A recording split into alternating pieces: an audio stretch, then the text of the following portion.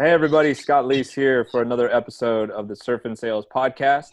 I am joined today by my good friend Richard Harris, as usual, and we are super excited to welcome Chris Orlob from Gong to the show. Chris has relatively recently, made a transition from being one of, in my opinion, the best sort of content marketers out there to running a sales team as a director of sales at Gong. So excited to talk to him today, get into some things about marketing and sales dynamic, and really want to hear about his transition and how it's aging him along with the rest of us who are in sales. So welcome to the show, Chris. What's up, y'all? Happy to be here. Welcome to the dark side, Chris. Good to see you again, man. How's things in San Francisco? You made a move not too long ago, right? From Salt Lake City? Sometimes it feels like it was a really long time ago. Sometimes it feels like it was just yesterday. But yeah, moved out to San Francisco about 2.5 years ago from the motherland that is Salt Lake City, Utah. So yeah, you did the opposite as me. I got out of San Francisco and you went there. You enjoying it? I'm loving it. You actually had a lot of influence on me moving here. I don't know if you remember that. Once I left, Chris was like, "Oh, I can live there now." That's exactly where I was going with that. No, I remember talking to you about this. Tell the story, actually. Well, I remember, I was torn for probably a day and a half, and then it made like a lot of sense for me to want to move my family out to the Bay Area. But I remember shooting you a message specifically on LinkedIn because, I had two little kids. I haven't, had two little kids. And I was like, hey, man, I know nothing about what it's like to raise kids in the Bay Area. Salt Lake is a really great place to raise kids, so I'm kind of concerned about making that move. And you were like, the Bay Area is one of the best places you could possibly raise kids. It's just really expensive. So if you're cool with that, if your biggest concern is just, moving your kids out there and having a good place for them to grow up, then you should definitely do it. And I was like, okay, I guess I'm moving to the Bay Area. So that was pretty much the end of that discussion. Now, are you in the city or are you in the burbs? No, I'm out in Foster City. So I remember my first year or so working for Gong was remote in Salt Lake City. And I would fly out to Palo Alto for a week every month while we were back in Palo Alto back in those days. And I remember this was a point in my life where I used to proactively tell people I will never live in the Bay Area. But I remember flying over this city where the bay snaked through the city to like form these really cool lagoons. And there was like this beach along that city. And I looked down and there's these big letters that spell out the city name, which was Foster City.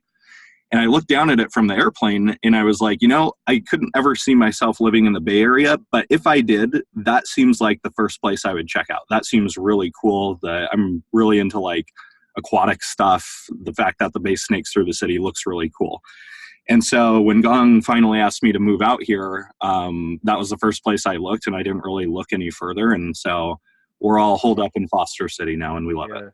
This is how I know Chris's roots are in marketing. The aerial view of Foster City was a great marketing ploy by the city government. It got you. Chamber of Commerce is going to be very excited to hear. Yeah, that's right. But tell everybody kind of what you do right now, with Gong, what your current role is, and then how the heck you got into that role, because it's a path that is kind of the opposite of what many people do. I know a lot of people who started off in sales and slowly are like, oh, I want to go into marketing. I actually don't want to. And you've done the opposite. Being on the hook, yeah. So I want to tell us about that. Yeah. So director of sales for one of our segments over here at Gong. Here's the funny thing, though. I was actually a sales professional before marketing. I didn't know that. Yeah, my entire career in marketing, I felt like I was a sales professional trapped in a marketer's body. And I think when I was a sales professional in life before Gong, nobody really knew who I was. And then my job was to What was your job in sales? What were you doing? So I was a regional sales manager at InsideSales.com. Okay. So you came up through, and what years were that? I want to say it was probably early 2013 through the end of 2015. So pretty close to 3 years. Okay. So I did sales, that's actually where my background is. That's where my initial career passion is sales. And then I started a company for about 1.5 years, which was very similar to Gong. And it looks like that wasn't really panning out. And toward the end of, that kind of season of life where I knew that company wasn't going to pan out, I'm not sure what overtook me, but I had a desire to get into marketing. And so Gong reached out to me, and I reached out to them, and we started talking about it. And so I took a role leading product marketing for Gong. And so I did that tour of duty for about 2.5 years. I loved it, but I think, like I said, deep down, I was kind of a sales professional and a sales leader trapped inside a marketer's body the entire time. And I made the switch over back into sales leadership for a number of reasons. So here I am with ever-graying hair. So, but I want to go back to your product marketing, right? Because if I'm running a sales team and I looked at the product marketing that you put together, and I'm curious how much of that was, oh, these are the stories we should tell. You tell amazing, while you were doing product marketing, you told it from the sales perspective. Like, you gave sales related mini case study data that sales professionals could use versus oftentimes where I see marketing trying to talk about the product. You don't talk about the product, right? Like that to me is the genius of what you were doing, because when even now, I mean, and you certainly laid the groundwork for Gong, and you can tell me if there was someone before you too. That's the beauty of your data. And I think you, in this entire sales enablement space, right? You've really set a bar high, or Gong has set the bar high. I don't want to discredit someone who was before you, of making stories are told in the right way from the customer's point of view that helped the sales team. Was that by decision? Was that an org thing? Was that a Chris thing? Was that someone before you? How did you guys realize it's that simple?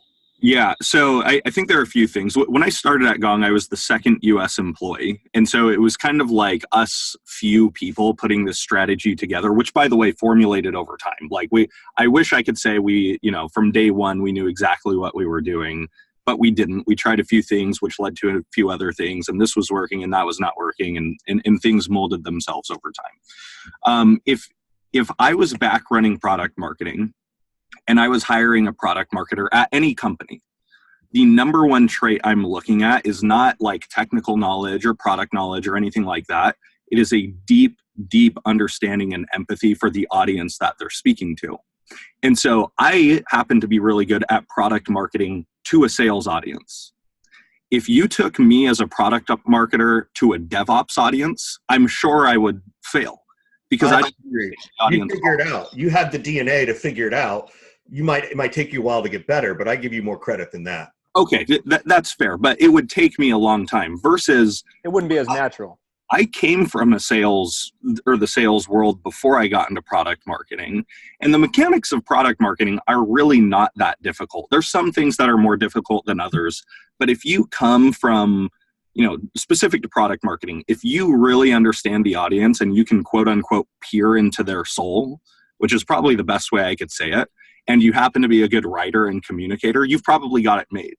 And so I immediately came into this role where, like, I had stories. I had been an account executive and for a short time a sales manager, and I knew what the pain felt like. I had awakened at 3 a.m. multiple times throughout my sales career, behind on quota, waking up in a cold sweat, not knowing what to do. And so now I know I knew how to speak to that type of pain and wrap it up in a story that resonates and speaks to that type of pain. So it was kind of easy, to be honest.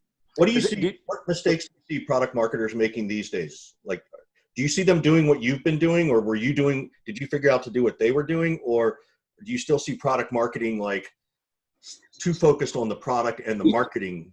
I mean, the problem with product marketing is exactly what you said. And the problem with it is the word product is in their job title. And so they automatically think I should be talking about the product, where it's just like sales, honestly. Product marketing is almost like sales, but at a one-to-many level instead of one-to-one. Any professional salesperson knows not to lead the sales process by talking about the process or the product. You start with discovery, you start with pain, you start with building impact and implications. You start by telling a story about that pain, and then you eventually end with the product rather than leading with it. Product marketing is the exact same way. You've got to create demand on a one-to-many scale. And the way to do that is starting with pain or the audience's vision of what a better future looks like and eventually lead them down the path of the product, but you don't start with the product. Yeah, you have to tell a story. Yeah, exactly. I noticed a lot more recently, folks early in their career at Gong being really active on LinkedIn.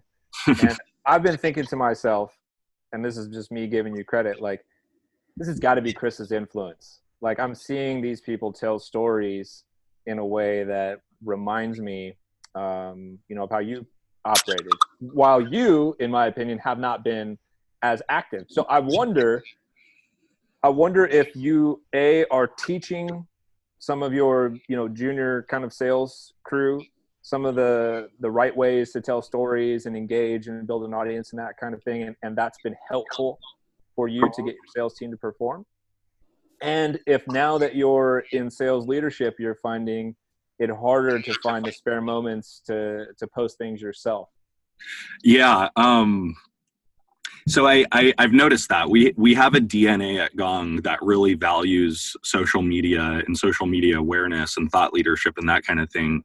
And we never really did anything proactive to make that happen. I think the reason it did happen is because the early people at Gong, as well as our leadership team, value social presence. Amit Bendov, the CEO of Gong, my first year at Gong, back in 2016, the goal he gave me was it had to do with social media and owning the social media voice. And you don't see many CEOs delivering that kind of objective to their marketing team. And that tells you the CEO values, quote unquote, taking over LinkedIn in terms of share of voice. And I think you see the rest of these younger people at Gong really starting to want to tell stories and, deliver thought leadership and ask good questions on social media. I think that just stems from our value system. Leadership values that, and so people do it. We lead by example. Amit posts on social media, not super often, but he does. I post on social media, not quite as often as I used to, as you pointed out, but I definitely do it. And a number of other people on our leadership do it, or on our leadership team do it. So yeah, go ahead. Just out of curiosity, do you give guidelines to the sales team, or do you guys just go for it, folks? Don't worry, you're not going to break anything. I don't give any guidelines to the sales team. It's been a while since I've really been deep into the marketing meetings and trainings that are going on. Now you run a sales team, Yeah. Well, I don't tell them anything. I don't tell them you guys should go post on social media. They just kind of do it. I think they do it because they see a self-interested reason to do it, though. Aside from emulating what we do on the leadership side, our audience at Gong is the vice president of sales. And they're on LinkedIn. Yeah, they're on LinkedIn, so they're going to post on LinkedIn. Right. Yeah. Is there ever a time when somebody is too soon in their career to be posting advice and telling stories in a particular way that is positioning themselves as an expert? How do you feel about that, and what kind of guidance, if any, do you give some of the folks who are maybe in their first year, it's their first year of an SDR or their first year as an AE? This is a kind of hot topic, right? Because everybody is all in a fuss about, everybody thinks their 2 years of experience is phenomenal, and so now they're empowered to tell everybody else what to do. Yeah. Does it matter? How do you feel about that? I think it does matter. The last person you want to be is somebody who doesn't have any experience, and your point of view that you're expressing on LinkedIn is really off the mark, and everybody except for you knows it. And so what I would recommend for younger people, if they really do want to start building up this audience, is first of all, post questions and facilitate discussions more than you hand out advice. The second thing is when do you make this transition from, asking questions and facilitating discussions to offering advice and giving thought leadership? And I think the answer then there is when you have a valuable point of view. That could come at age 30, that could come at age 25, that could come at age 21 if you're really ambitious, that could come at age 50. The point is, how does somebody know they have a valuable point of view? And even more so, that is maybe unique and to some degree, right? I've been thinking about this personally a lot because I've been seeing a lot of posts kind of calling out people for regurgitating the same thing and things being too similar. Yeah. And I understand it, but the other part of me is like, well, sometimes 1 + 1 = 2, right? So like, there's a reason all of these people who are very good at what they do are saying the same thing. It's because that's what fucking works. Yeah. Right? So how do you know when you have something valuable to add? I think that is something that younger people, or people who are experienced in their career but are too afraid to post something and put something out there. How do you know when what you have is valuable? This isn't the perfect answer, because the answer to the question I'm about to pose requires just as much judgment as what we've been talking about. But I think the kind of acid test for, putting quote unquote thought leadership out there is, are you creating value for your audience, or are you just trying to build up your personal brand? I actually, this could probably be a hot discussion topic at some other time, or even now if you guys want to talk about it.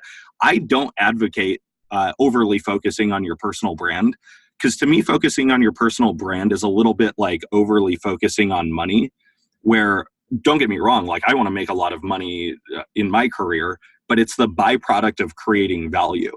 And so if you focus on creating value, money naturally follows, as long as a few other things are in place. And I view the personal brand as the same thing. If you go out there with the sole intention of building your personal brand, you're probably going to say stupid stuff. You're probably going to seem really underqualified compared to the things you're saying. And you're probably going to come across as a little bit narcissistic, which a lot of people on LinkedIn, frankly, do come across. But if you come across as, my sole intent here is to create value for my audience, and you look at the thing that you want to share on LinkedIn through that lens, and you go, now, am I creating value by saying this? Am I legitimately creating value, or am I just posting this for the sake of posting and getting likes and shares and a few extra followers? I think that's probably the acid test. Yeah, that's good. That's good advice. What's been the hardest part of the transition to sales leadership for you? Well, I have a question before you do that, though. What made you transition? Why all of a sudden? Yeah, why go back to the roots, and what's been the hardest part? So, okay, let's start with the roots. I think there are a number of reasons. Number one is, if you get to know me really well, which I wouldn't wish that upon anybody because I'm a very disturbed individual, you will find out that I'm probably the single most goal-oriented person like on the planet, to a fault. Like, I can't go on a vacation without. Can we have your wife on the pod? Like, we've been talking about, we should bring our wives on. You should totally. She would just married to people like us. It would just be a Chris bashing session. She would have a lot to say about that, I'm sure. So like, I'm goal oriented to a fault. And when you get into marketing, don't get me wrong, you have goals, but they're always somehow tied to somebody else's goals, and you don't really own the goal. Like, you hear this debate happening, like all marketing should be tied to revenue. And I think it should. But coming from a guy who's really goal oriented, I hate being the guy or the gal who's supporting the revenue goal but doesn't like own that number. Yeah, you don't have as much control over it as you exactly. Yeah. And so, as masochistic as this sounds, I wanted my head on the chopping block again. I wanted to be owning the number. So that's like the first without actually completely controlling it, which is what sales leadership is, right? Exactly. Yeah, but you own it. You don't necessarily control it. Right. The second thing is, I think one of my deepest professional passions is people leadership. And that opportunity exists in marketing, but it exists tenfold compared to marketing in sales. If you think about like the typical salesperson, they're dreamers. Like, you don't get into sales unless you're a dreamer most of the time. So they have like these big visions for themselves, and they're like tremendous obstacles and heartbreak and hurdles that are going to be thrown along their path in getting to that professional vision, because selling is really hard. And so to be an effective sales leader, like, first and foremost, you have to be really, really good at leadership. And I wanted to get back into that. I wanted to be a leader. I wanted to develop myself as a leader. And I wanted to, when I, pass away one day and, they're having my funeral, frankly, I want a lot of people who worked with me to show up to my funeral because they're like, that guy made an impact on my career. Even more than that, he made an impact on my life, though. And I felt like I could do that in a sales capacity more so than a marketing capacity. Yeah, that's such a common thread amongst leaders. We've had a lot of folks on the show, and there's a consistent theme. I mean, when you were just speaking right there, I felt like you pulled some of the words out of my mouth. I've said those exact things before. So people who are listening, should rewind the tape and listen again to what Chris just said right there, because that's really what it's all about. Yeah. Scott, you're rewind the tape. You're aging yourself, buddy. Come on. It's a metaphor, Richard. It's a metaphor. Yeah, I know. They won't understand it. That's what I'm saying. Well, they whatever. Rewind the Gong. Hey, Chris, where did this come from? Where did this, like as a kid, where, we talked to so many people, myself included, I started selling candy at grammar school kind of shit, where did all this come from in Chris? I have a few places to go, so bear with me. When I was 4 years old, my family moved to a house, which my parents still live in a little place called Stansbury Park, Utah. And that house happened to be at the end of the 17th hole, or at the end of the fairway of the 17th hole of a golf course. And so because of that, we would get a ton of golf balls hit into our fenced yard that the golfers could not retrieve because they would have to jump the fence. It would just be this whole thing. And so we would probably collect around 200 golf balls per summer, maybe more. And I would sell them back to the golfers, not to the same golfers who hit it into the played on courses like that. I think it's hilarious. So. I think it would be even funnier story if he literally held the golf ball ransom. That's what I was thinking. Like out there waiting for it all day. Yeah. Like golf ball, just 25 cents. Yeah. That's not how it went down. I wish I could say that because that would be hilarious. But that's like the first thing I ever sold. Quote unquote sold. My dad encouraged me to do that, and he helped me out. And I would make $5 on a Saturday. And I was like, oh man, we're going to get a banana split at Baskin Robbins down the street for sure tonight. If you fast forward to high school, I was totally different. My career ambition was to be Neil Peart, who, if you don't know who Neil Peart is, he recently passed away. World's greatest drummer, arguably the world's greatest drummer of a band called Rush. I wanted to be the best drummer in the world. And if I look back on my life at that time and you asked me about it, I would say that's the only thing I cared about. Here's what's hilarious, though. A couple years ago, I went back to my parents' house and I went to the basement where my drum set is. And I found this piece of paper taped to the wall, which was a list of goals. Wow. And the goals were what you would expect. They're like, become the best drummer in the world, own 10 cars because I'm super rich, because I'm such a great drummer, tour through the United States. But there were a few goals on there that 16-year-old Chris set that I had no idea I even set. One of them was master the art of selling. One of them was master the art of marketing. And one of them was become a successful entrepreneur. And, I was looking back at that and I'm like, I had no idea I even had these ambitions when I was in high school. So you still have that? Did you take it with you? No, it's still sitting in Utah in that basement. I don't write that story, dude. Well, love to hear that story. You're doing pretty good on some of those goals, Chris. I don't know about the world's best drummer part, though. Yeah, that one I've officially given up on. Fun fact about Neil Peart that I'm going to assume you know, despite being the best drummer in the world, arguably, that he took drumming lessons into his 60s. I did not know that. No, I've been a little too disconnected from that world for a little. It's amazing to think about somebody who's, at the top of their game, arguably the best in the world or one of the best all time, and here he is paying somebody else to teach him whatever stylistic things that he was trying to learn, just still trying to find a way to get better. Amazing. Wild, true story. Amazing. True story. Richard knows who Rush is, I would hope. Yeah, he's nodding. He's nodding. I'm all about Tom Sawyer. I got some construction in the background, so I'm staying on mute. He's nodding his head. So Chris, you talked about how you would be in favor of marketing owning a number, and this topic is coming up more and more. And can you give us your perspective on why that should be the case in your opinion, and how can how can we make that the norm? What do we need to do as a industry to bring about change so that becomes normalized? You know, I can answer the first question, I think, fully. The second question, I think, is going to be tougher for me to answer because I've never really been in a company where, you know, it wasn't the norm. So I don't know what these other companies are doing, if they're like, you know, being comped on like some soft measurement of brand recognition. I think almost nobody's doing it. So I'm envisioning a dystopian future where we can figure it out. So here's my perspective. Marketing and sales are not all that different. They both serve the same purpose, which is to get, keep, and grow customers. One does it from a one-to-many platform, and one does it from a one-to-one or one-to-few platform. And so if you think about it, like with that philosophy, it's about customer acquisition, it's about customer retention, and it's about customer expansion. And we're all working toward those same things as a team, then of course they should be comped more or less the same. Of course they should be measured more or less the same. I think the bigger question is like, how did we even get to this point where people are not really believing that or thinking that? Because if you think back to like the 80s, I wasn't even alive in the 80s, but I've read a lot of books from the 80s.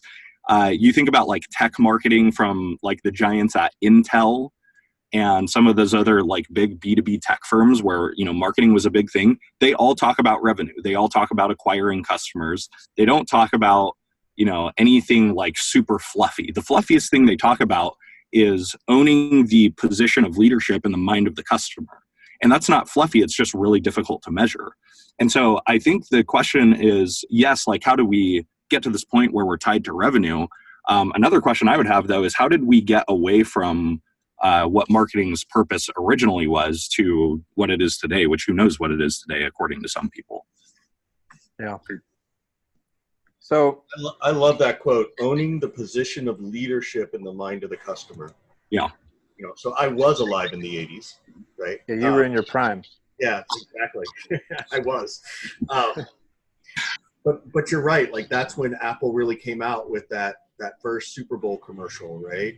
I don't know if you guys are old enough to remember Master Lock. You know, they used to have a lock sitting there, and they would shoot a bullet through it, right? And they would show that the lock was still there.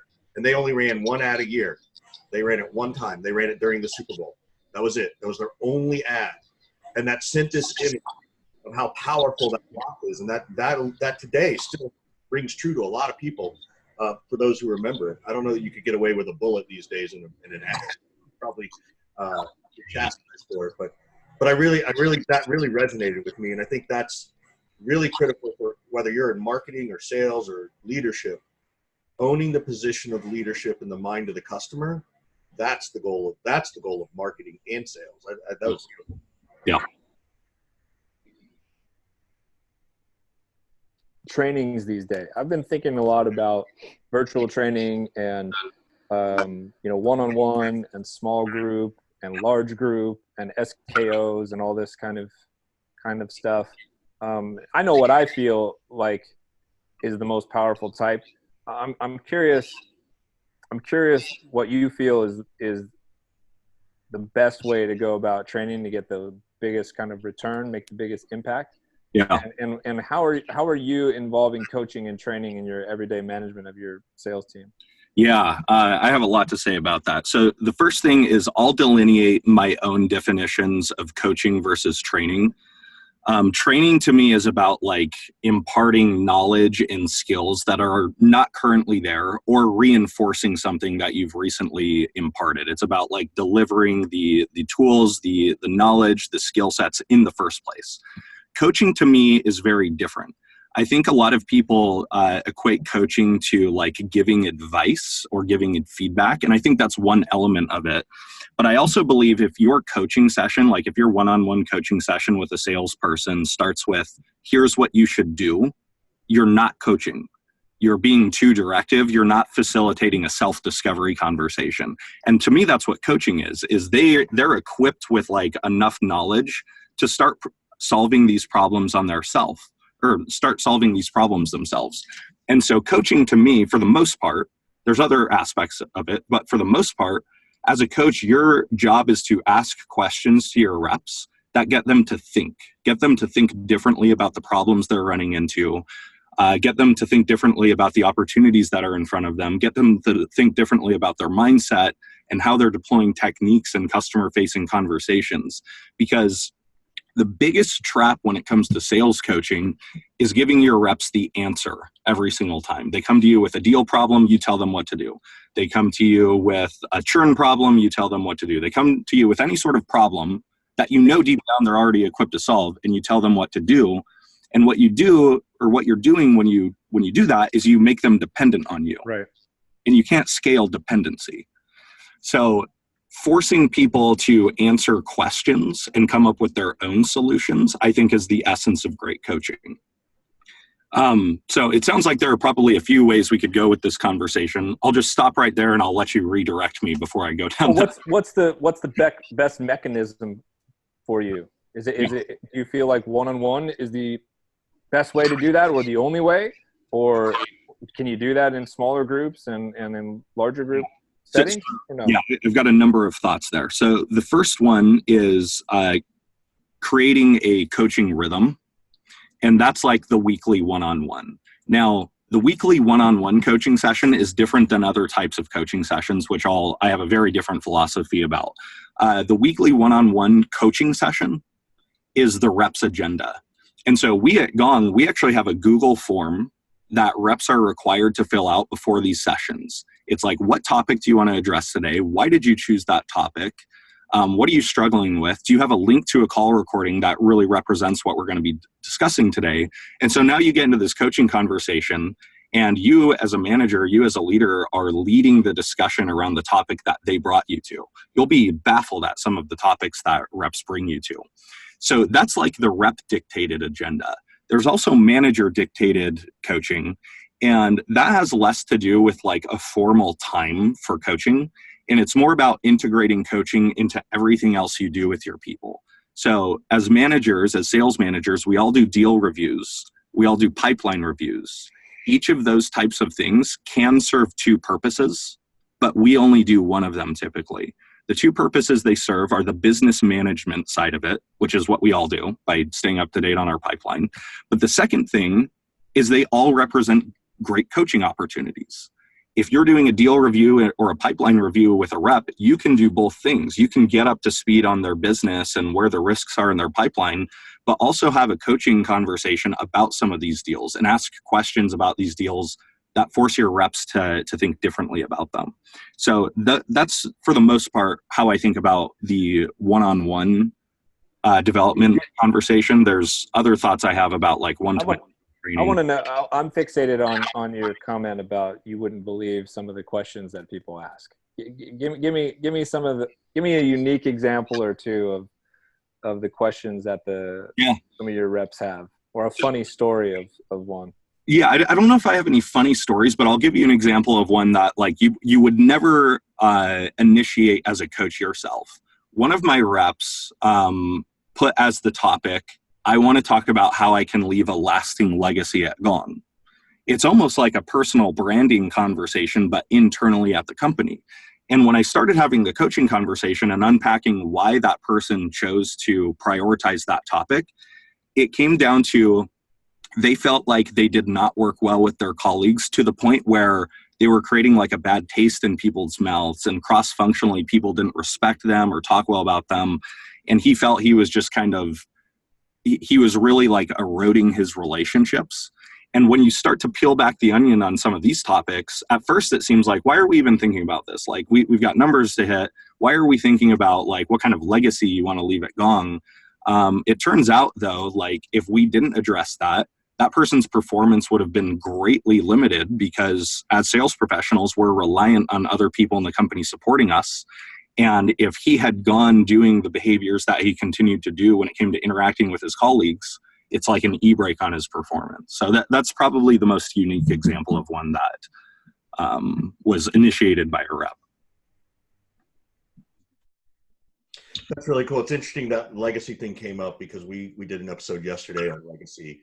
Just Scott and I, given, the tragedy of Kobe Bryant, the comeback for Roger Federer, I don't know if you're a tennis sports guy, the Super Bowl coming up, and oftentimes we think of legacy in terms of sports and those kinds of things, but it does matter. And I love the fact that you have someone who's concerned about it, because earlier in my career, I never cared about my legacy. I cared about my number. I cared about hitting it, but I didn't think about what it meant. I think I didn't look at it as legacy. I looked at it as, how do I get promoted? Right. And I think if you take that bigger view and that bigger lens, it can provide deeper value to the individual, right? And provide deeper value to the organization. Because here's this person wanting to improve relationships at one level, improve relationships with you and upper management, because he knows that if he's seen as a difficult person, it's going to be hard for that person to get, I don't know if it's a him or he or she, it's going to be hard for them to get promoted. And they're doing it from a place of meaning in the heart. So I'm impressed by that, which is really, really good. So I'm glad you brought that up. Yeah. I want to shift gears. Two gears I want to go to. The first one is on a personal level. The second is on where you see where do you see the 20s taking us in sales and sales leadership and stuff like that. But the first question's on mental health or mental well-being. I've had some conversations with folks in your HR department, and you know me, like I'm really big on mental health, and I see mental health like physical health. You go through exercises to take care of yourself, and that mental health is different than mental illness.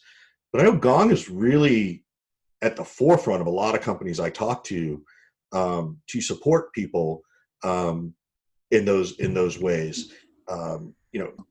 What's been your experience with that at Gong and having to do that? And you put a lot of pressure on yourself. How do you take care of yourself emotionally and mentally?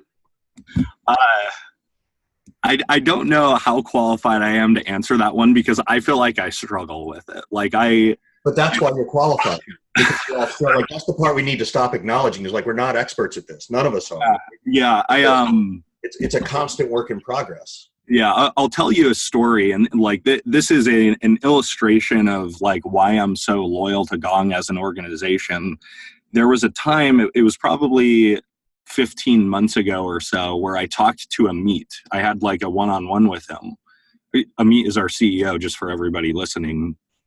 And I like opened up to him about like how burnt out I was. And I was like, look, man, Gong is like as close to a place in my heart professionally as it can get. I've been in this category since it was an idea in somebody's mind. And I really don't want to like leave this story before it's finished, but I am like totally burnt out right now and I don't know what to do. And this was his answer. I didn't take him up on it, but this was his answer. He goes, take a month off, paid. And I was kind of like blown back. Like, are you serious? Like, that's, kind of substantial. But the fact that like he prioritized that, like I was already super loyal to Gong. It like doubled my level of loyalty in that moment. And so that's just I think a good story to illustrate, leaders these days, I think, are starting to become more cognizant of these issues and being more supportive of their people. As far as how to deal with mental health, I think one of the concepts that comes to mind is it almost has like a religious connotation, but the idea of rest and like, what does rest actually mean? Because I think a lot of us misinterpret what will lead to rest for ourselves. So like an example is you just worked like a 60 or 80 hour week. And most people think, all right, I've got to rest now. And the next thing they do is they go binge on Netflix for 8 hours. And what they don't realize is by the end of that 8 hours, they're more exhausted than at the beginning of the 8 hours. And so I think a lot of people equate rest to just a lack of activity or like passiveness. And I think the real answer, and I don't have a great answer here, I'm still thinking through this stuff for, my own benefit, but it's like what actually restores your energy, not just like what puts you in a passive mode or a non-active mode, but what like rejuvenates your spirit, for like lack of a better word. Is it going to the ocean to like take in this like the enormity of what the earth actually represents? Is it playing with your kids and seeing them like swing on a swing? Is it reading an inspirational book that puts your head and heart in the right place? So I struggle a lot with, on and off like burnout and overwork and that kind of thing. I haven't found the best solution, but the the topic that comes to mind lately to best address it is the concept of rest and making sure we're not misinterpreting rest. Not just, it's not doing something passive or inactive, although sometimes it could be, but it's doing something that actually restores your energy. Yeah, no, that's really good. Like I focus on that a lot. The word is meditation, right? And I've been doing it. I think I just crossed 4,600 minutes of meditation, and I only do it 10 minutes a day. And sometimes I used Headspace to do it, and I was talking to some friends about it. And there are days where like your meditation isn't as quite as much as what you like, but so you kind of have to realize that the fact that you're trying to take time to think about nothing is the value, and that does provide a substantial amount of rest for the mind. And it's a lot like going for a long drive. That's where your creativity comes from, because you make an effort to stop thinking, even though those two things don't agree. And sometimes I have to remember that, oh my God, I don't feel like meditating. I'm not going to meditate. My mind's going crazy. And it takes me till about the 6th minute in the session to finally kind of have my deepest exhale. So, if you're struggling with it, that I found that to work for me. I don't know if it'll work for you, but it doesn't require going anywhere. Like you can do this, 10 minutes you can find, right? Like, and they even have like 5-minute sessions. So I'd encourage you to try it if you haven't, but, thank you for doing that. I know Gong, we won't spend all the time on it today, but I know Gong has, also internal policies and efforts that they make so that if people are feeling stressed, they know how to go to somebody, when to go to somebody. It's very open, and I credit Amit and whoever else on the board or whoever else in leadership said, we got to make this a priority. So it's a priority for me for personal reasons, but I love it, and I appreciate you sharing that story. Let's 2020, where do you see us in 2030, right? What's Gong going to even do? Like, are you just going to say, oh, you're talking to Richard Harris, follow these words exactly, like, don't deviate? Like, is that how good it's going to be? No, I don't think it's going to be anything like that. I think it's a little bit different of a direction, where it's like, if you think about what Gong does, like most people who have a surface level understanding of Gong think it's like call recording with like some, search functionality. The reality is, though, it's not just about calls. It's like every type of conversation is being pulled into a deal timeline. It's calls, it's face-to-face meetings in some cases, it's emails. Eventually it'll be like web chat and any type of customer conversation you have. So at the risk of sounding like it's going to replace CRM or compete with CRM, that's not my intention, but it's almost going to be like another CRM, where like if you're a sales manager and you want to know what the hell is going on in your pipeline, you can do one of two things. You can go into Salesforce and see all the opportunities and see how out of date they are. Is this stage right? See maybe 10 words worth of notes to get, the picture, and then go drill your reps for 30 minutes and ask them 20 questions to actually get the reality of what's going on. What do you say to the salesperson or sales manager or VP of sales who's out there right now going, oh, sweet, I got to check 2 platforms to see what the fuck is going on? I would, they're out there. I might be one of them. So let me close the loop and I'll address that. The alternative to doing what I just explained is you can look at your deals in Gong and see like how much conversation velocity there is. Are people replying to your emails and what was actually said? When you want to understand what's going on in your pipeline, you log into that platform, and you don't have to log into the other one at all. That's not to say you don't need the other platform, though, because it has data that fuels the first one. So my personal belief, which I don't expect anybody on this podcast to believe, nor did I ask them to, is that Gong will be like the front-end interface that people log into, both sales managers and salespeople, to manage their business. It's not going to replace CRM, but CRM will be like a back-end database that people don't really log into anymore. You still need it there because it gives you like a lot of deal information, like amount and stage and that kind of stuff. I see that now. Salesforce is nothing more than a big data warehouse. Yeah. Reps are living in email, Gong, the sales lofts, the outreaches of the world. That's where the rep spends their day, right? Yep. What it could be. And then you just need the machines to connect so the reps don't have to go into Salesforce and figure it out, right? Like that. Speaking of machines, Chris, when will machines replace salespeople? I have a couple thoughts on that. I think a salesperson is not a salesperson is not a salesperson. So I think the right question is, what type of salespeople will machines replace? And I think it's salespeople, not because of lack of skill, but just the nature of their role, who do not deliver value during the sales process. And I want to make a distinction between communicating value and delivering value. Delivering value is helping people think through their problems. It's delivering unique insights to their situation. It's facilitating a buying process. If your sales role is nothing more than just communicating about your product, like benefits, features, advantages, that's probably going to go away. That's where I would place my money. But isn't there a Westworld type situation where the machines can duplicate and replicate emotion and context and improvisation and things like that? Maybe. I'm not a data scientist or a robotics guy. Roboticist, is that the right word? I don't claim to know all this stuff. I just take my life, 1 year at a time. I try to plan what's going on in 20 years, at least for me personally. I don't think I can make a prediction. I don't think robots have that capability. I know some really smart people who believe they do. I know some really smart people who believe they don't. So I guess we'll just have to see if we need to totally upgrade all of our skills in 10 to 15 years from now. Hopefully we're all retired by then. Hopefully that's the What can we do to help you, man? We'll be a world-class drummer. It's not too late, man. You can still do it. I don't think the desire's there anymore. I've thought about that a lot, where like if some, divine being came down from the heavens and was like, Chris, do you want to be the world's greatest drummer? I can wave this magic wand and make it happen. I think I would say no, and I would choose something else just because my desires have changed. I want to make an impact on people. You can do that as a drummer, but it's in a little bit of a bullshit on you. I call bullshit. When it comes out of the bottle, you're fucking taking that wish. Bullshit.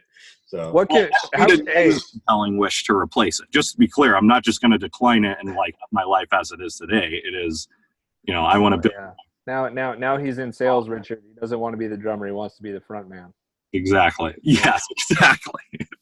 Chris, how can we help you, man? We always try to give back a little bit and ask our guests, what can we do to support you and your growth and things that you're up to?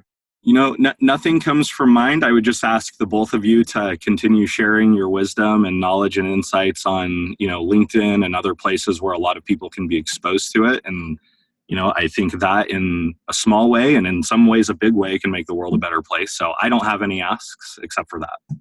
All right. Well, if you do, you know where to find us, man. Always good to see you and enjoyed the conversation. Keep up the good work, bud. Thanks for having me on. Always. Anytime, man. Good to catch up with you and let us know how we can help you too. So sounds great. Catch you later.